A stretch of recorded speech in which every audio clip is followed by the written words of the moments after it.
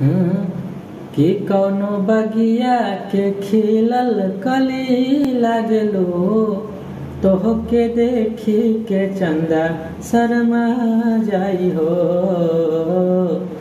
कि कौनो बगिया के खिलल कली लागलो, तोहके देखी के चंदा शर्मा जाई हो।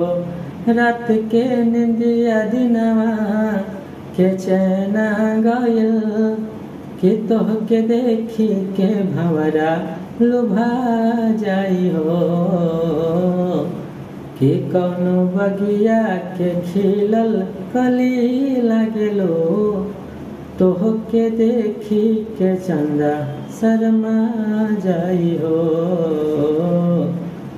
कि तोहके देखी के चंदा शर्मा जाई हो।